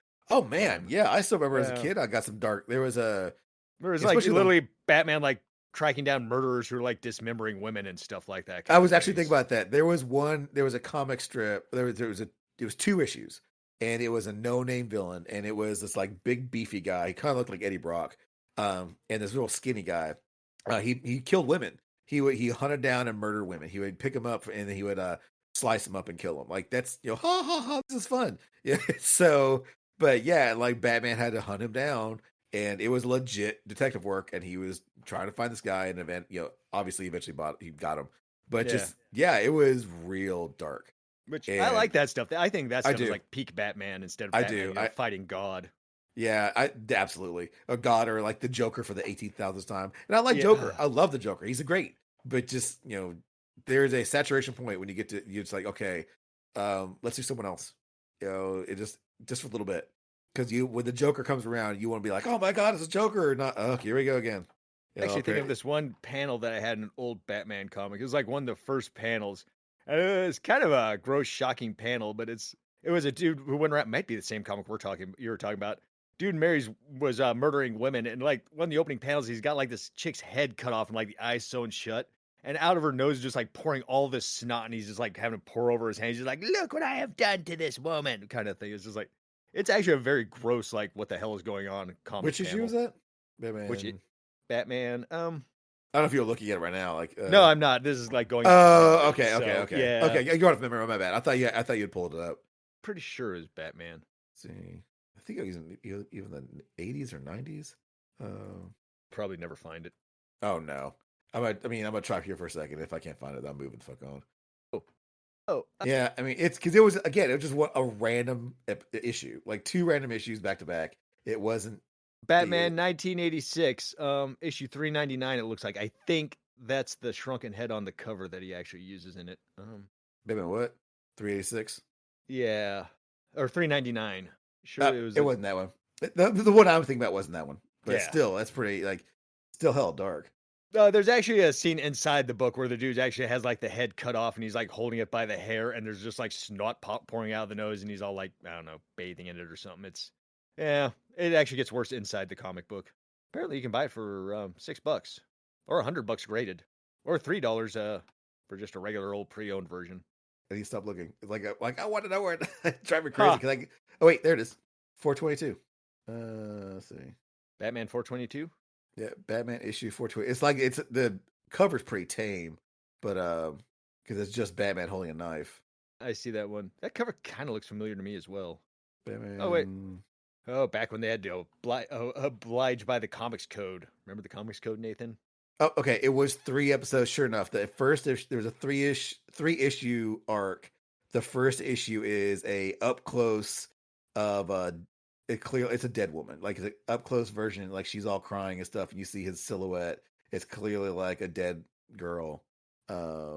It's in the issue 422. Yeah, and it's called the dumpster slasher. Well, the issue is 421 is the first issue, 422 Okay. is the second issue, and 423 is like the finale of that. And it was a dumpster slasher is who it is, and it's like this. It's a beefy guy who kills women and throws them in dumpsters. Possibly based off of a true story. And I'm 99% sure, well, at least 98% sure, especially this last one, that last episode. I have this somewhere. Like it's downstairs in my basement in a box somewhere. Big burly dude. So basically, it's like Dan Haggerty Oh, going around killing women. no, I'm wrong. It's just four. Okay, it's two issues. I was right the first time.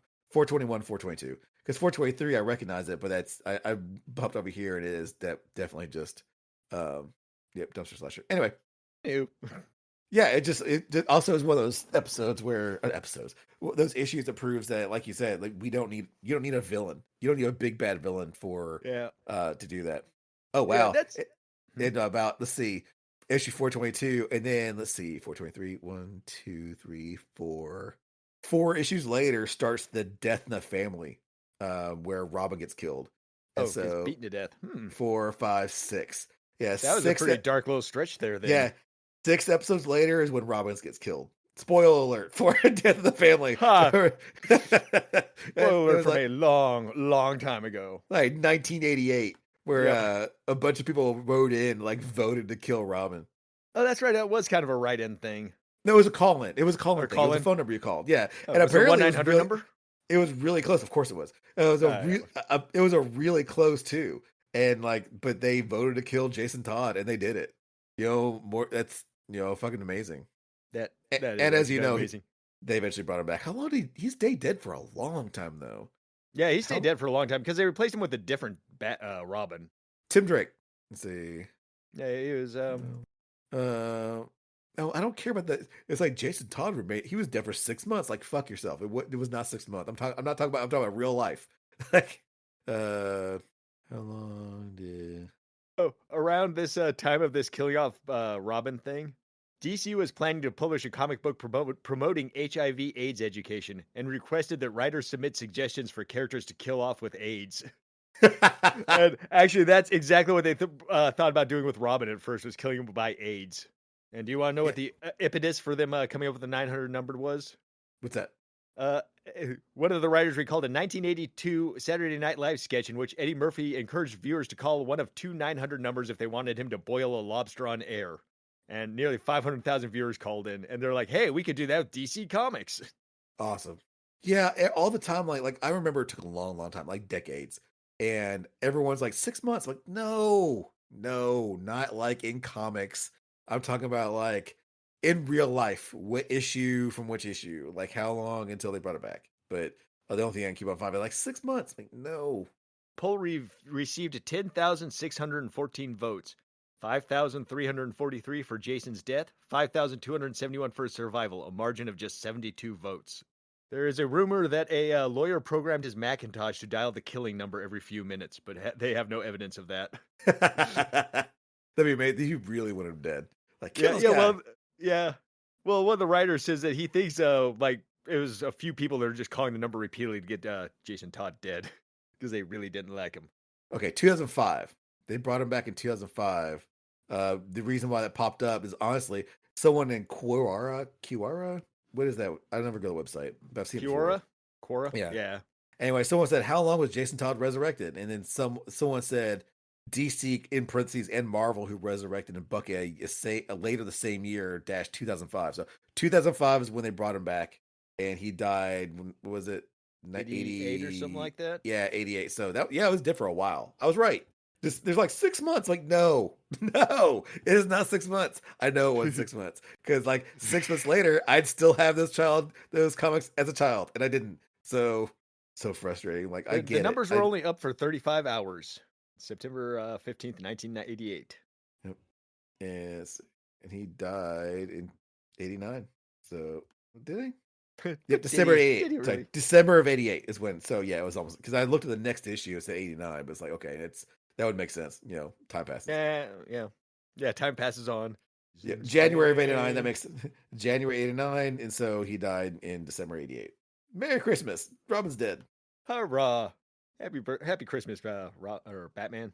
And then Red. I actually like Red Hood. Red Hood's a pretty good character. Although he doesn't seem me. I guess he's a good guy now. He was going all Punisher route, and then I guess everything's fine. All's forgiven. Like, oh yeah, you murdered a bunch of people with guns, but it's all good now. All good. Yeah. So it's between his death. So there's his death. 1, 2, 3, 4, 5, 6, 7, 8, 9, 10, 11, 13. So 13 episodes later, Tim Drake came. So like, well, there was actually they earlier he started bringing Tim Drake around. Like Tim Drake was the thing. Like, Oh, he started grooming Tim Drake a little bit earlier than that. well, Tim Drake's actually one of the unique ones. Tim Drake's actually had parents. Like he figured out who Batman was because he went to the Acrobat show where Dick Grayson's parents died. So because they saw the specific flip they did, it was like the Flying Graysons had a very specific move they always did, and so he watched them do that, and he saw his parents die. Fast forward, he saw a clip on TV of Batman and Robin did the same move that the Flying Graysons did. So he put two and two together and figured out Batman was Bruce Wayne. And then once Robin died, he figured out Robin was gone because he wasn't around anymore. So he started stalking Bruce Wayne / Batman, and he went into his Batcave and stole his suit. I remember correctly. I mean, keep in mind, this is fucking forever ago. Yeah, and and finally Batman's like, okay, fine, I guess I'll let you be my partner. So all you gotta do is just sneak into a superhero's place and steal some of his outfits and be like, Yeah. "Hey, can I join the team?" Well, the whole thing behind it was saying like without Robin, Batman was getting too brutal.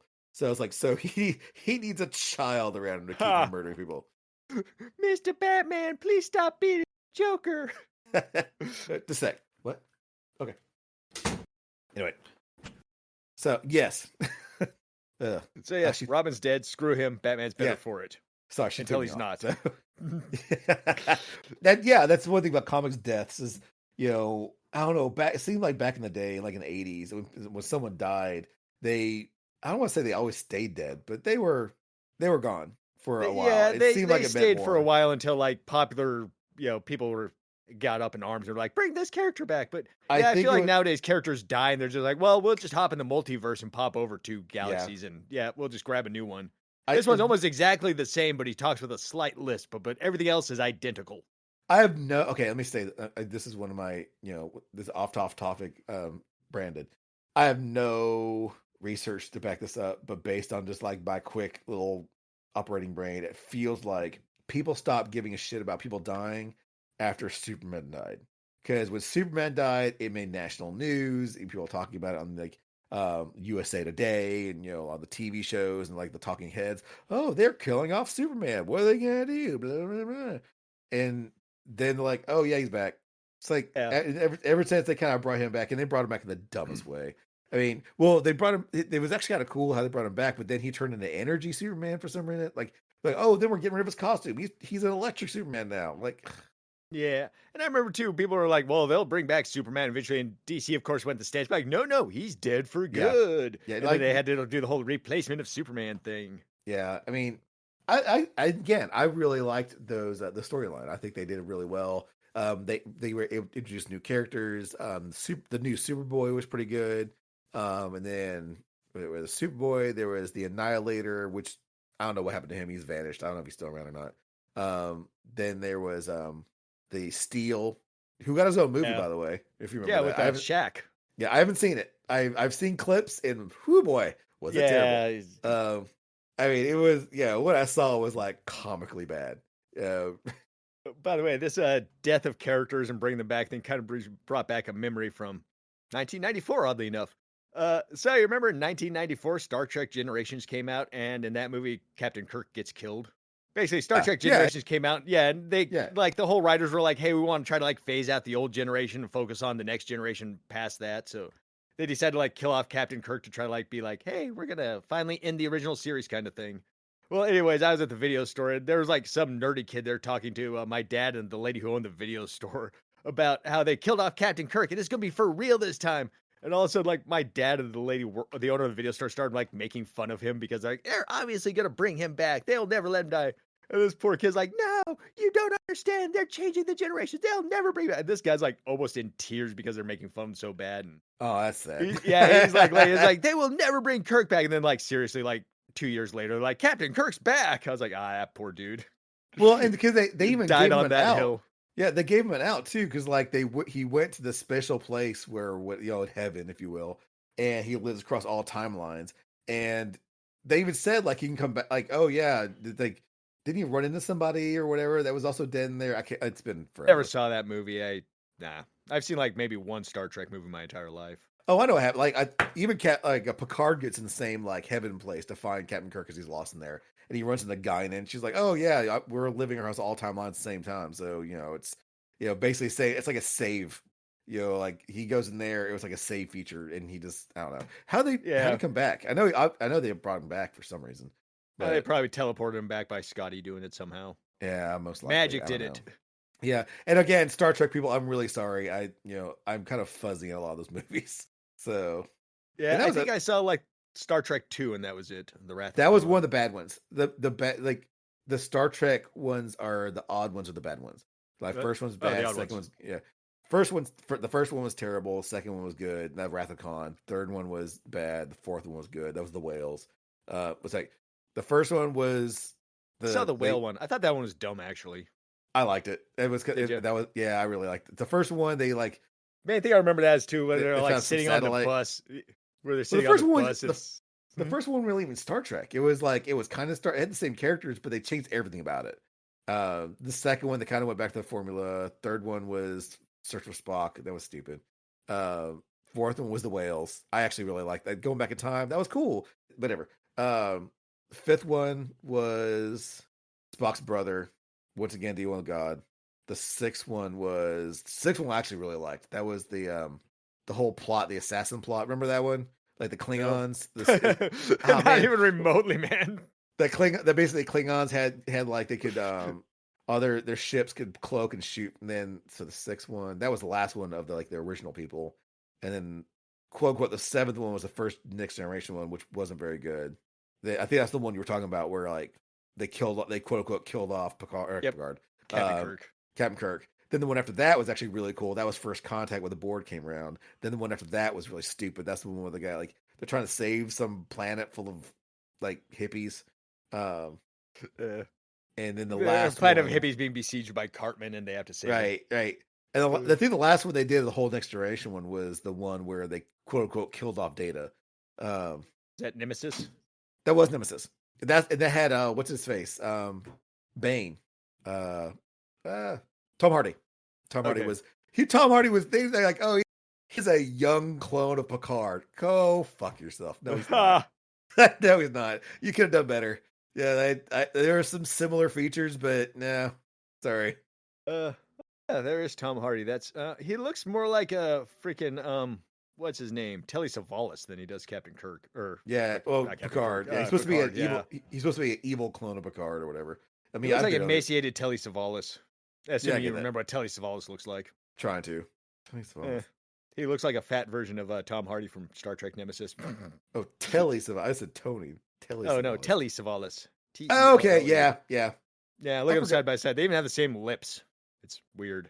Well, now Tom Hardy's all like buff, but back in the day, and Tom Hardy's everywhere. He's been like, he was on a couple of TV shows. He was in Peaky Blinders. He was really good in that. You ever see Peaky Blinders? Ditching the other Hardy boy was the best thing he ever did for his career, huh? Getting out of those books and into acting. I was like, what? Yes. That's the mystery. The disappearance of the other Hardy Boys, a mystery we never solved. Yeah, because it can only be solved by Hardy Boys. But unfortunately, one of those Hardy Boys is part of the mystery. And the one that's still around doesn't seem to care, which seems suspicious.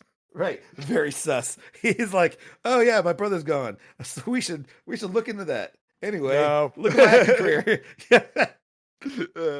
Hold on, I have all these letters that he's just been sending randomly. Yeah, it looks like it's in my handwriting. What of it? We had similar handwriting. Yeah, like we were brothers after all. It's 2024. Why is it still writing letters? I don't know. you would think we're sending texts, but he's not. Also, don't forget. Speaking of Cartman, new South Park I sent you. I mean, yes, South Park to watch legally. Yes, yeah, totally legally. And I think I've already got a little bit spoiled for me because does it have to do with cereal? Not really. Okay, well, I just saw TikTok showed me a clip of like a bunch of cereal bomb mascots. thing. Yeah. Yeah, kind of, sort of. They show killing a bunch of people. Yeah. Okay. I just saw. I have no idea what the context is. I just saw like. Yeah, it's got weight loss drugs. So okay. Yeah, it's not gonna stop me from fucking watching it. It's just. Oh no. Yeah.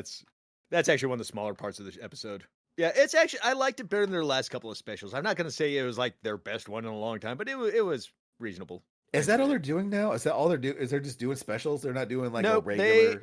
For comedy, they're under contract now for Paramount to deliver like X amount of quote unquote specials for Paramount and like 2 movies for Paramount, quote unquote. And for Comedy Central, they're doing the TV series to which they're obligated to do like 12 episodes a year or something like that for them. Which is why we're now getting like split seasons where it's like 6 episodes half a year and 6 episodes the next half. I mean, I guess, it's, I don't know. I mean, it's, if they're, I don't like it, but whatever. I mean, yeah, I don't like it as long as their quality is fine. I mean, yeah, but even then it's like, I don't know, the quality in some of the shows have been kind of hit and miss. It's almost like, it feels like they have come out and said, we want to stop doing this, but we can't, but then again, like don't sign the contracts. Yeah, Actually, I literally just did an interview where they said people have been saying that, but it's the exact opposite. We are more happy than ever to be doing South Park. oh, well, there you go. I mean, Yeah, again, yeah, they've actually addressed that topic. then I take it back. Yep. Once again, I need to retract the statement. Ha. Yeah, I can Off actually topic find that tradition. quote somewhere too. But you are right though. The writing does seem a little bit different. I don't know. It seems like they're less willing to take a stand and make a statement, and more just like, well, here's the situation. I don't know. I think the reason why I think my opinion that came out was there was when there was a South Park episode where they were trying to get canceled, like they said, Oh yeah, that was part of the joke. Now then again, like you can say things you can say things not mean them, especially if you're writing a comedy series, so it makes complete sense they would say something like that but not mean it because it's just funny. So I guess I just took it.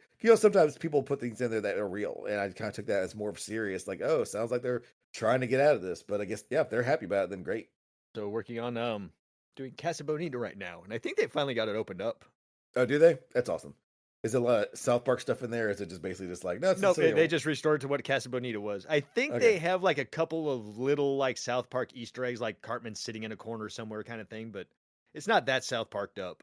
And from Well, what I know that's good. too, yeah, They from what I should. know too, because it's more of an experience than anything. You don't just walk in; you actually have to reserve it and let them know what food you want ahead of time. So when you show up, you get your food delivered and everything, and so they can keep people like constantly moving through it, and not have a bunch of people sitting around taking up time. Fair enough, especially if they're like, they was on a show, it was on an episode, and they own it, and it really should. I'm glad they're mainly on the restaurant, but they need some kind of reference because that was a pretty big that was they whole episode dedicated to it. They own it. You need something about South Park in there. Yeah. Yeah. They also stated for public record that restoring that restaurant was significantly more expensive than they thought it was going to be. To which my response was, well, duh. Yeah, no shit. Restaurants are like one of the more expensive things you can open up, to be honest. Well, it feels like Restaurant equipment's also expensive. And it seems like they keep on learning that lesson too. Like, oh, we decided to make a movie about puppets. We didn't realize it'd be such a fucking big deal. yeah. Yeah. I've heard that from a few guys. Like, don't do puppets on a show because it's just a nightmare, especially marionettes like they did. Because if I recall, they said like there was only like 3 people in the whole world that were good enough at marionettes to actually do what they wanted. And then they refused to do the sex scene. Yeah, yeah. Which eventually got put out in the adult edit or whatever it was that deleted extended scenes. Well, they were still there. Like I remember, I went to the movie theater and saw it. It was still there, but yeah, it was the pooping that was more like they added the whole like he Yeah, shat that's on what her. it was. Yeah, they just added like they made it a dirtier sex scene. Which I don't know. It's fine. It's Yeah, whatever. yeah. I could have done without that added scene, but Yeah, whatever. honestly, I'm not even a big fan of sex in movies. Like if I want to get all like ooh, then I'll watch porn. Yeah, I yeah. don't. I'm actually with you on that.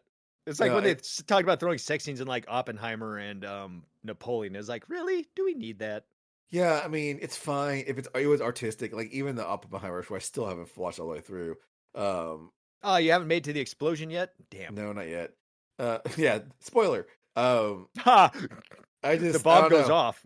Yeah, I don't know. Like it just honestly sometimes it takes me out of the movie. It's like, Yeah, and if because I'm watching about something, I'll usually just fast forward through because I'm like, come on, give me plot. I don't need yeah, this.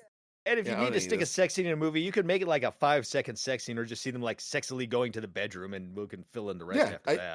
I don't Yeah, I don't need to see it. I mean, yeah, they had sex. We don't need to know the details of how they had sex, just that they if this did. is 1995, yes, throw it in there. I need something to get me going. But it's it's not. It's 2024. I could literally type in boobies right now, and I see Yeah, it all in front of me. yeah, it's porn is easier to find than ever. Absolutely. It is not difficult to find. If I want it, I can find it real easy. It's not me in the back of Walden Books anymore. Like, Ha! walking into Walden Books, going and grabbing like a Playboy or a Penthouse, and then like stealthily making my way to the back of the store, and then open the magazine up and looking through it. That's the days of that is gone. Not that I ever did that. Ha! Just in theory, you imagined in, yourself doing it in in great theory, detail. Yeah. in theory, one of my core memories is looking at Pamela Anderson at the spread, the back of a Walden Books, looking around, make sure no one sees me. Joined all the other kids in the corner of the store grunting quietly to themselves. Oh, and God, and oh man, well, it was a happy day when you'd find like I found one book. It was like glamour. It was it was supposed to be very artsy, but it was a bunch of naked women in it. And man, oh boy, did I look at that every time I would go to the mall? I'm like, I'm going to Walden Books. Ha! Like go to the photography section, pull out the like, ooh. Model art. Yay. Mm-hmm. All right. Well, I think we are done for the moment. Yeah, especially since like we've talked about. It feels like we've talked as much as Oh, significantly more about everything else, but yeah. everything, but yeah. This is where the ending jingle goes. This is where the ending jingle goes. I don't know if we need one. I don't know if we'll get one. But if we do, then here is where it goes.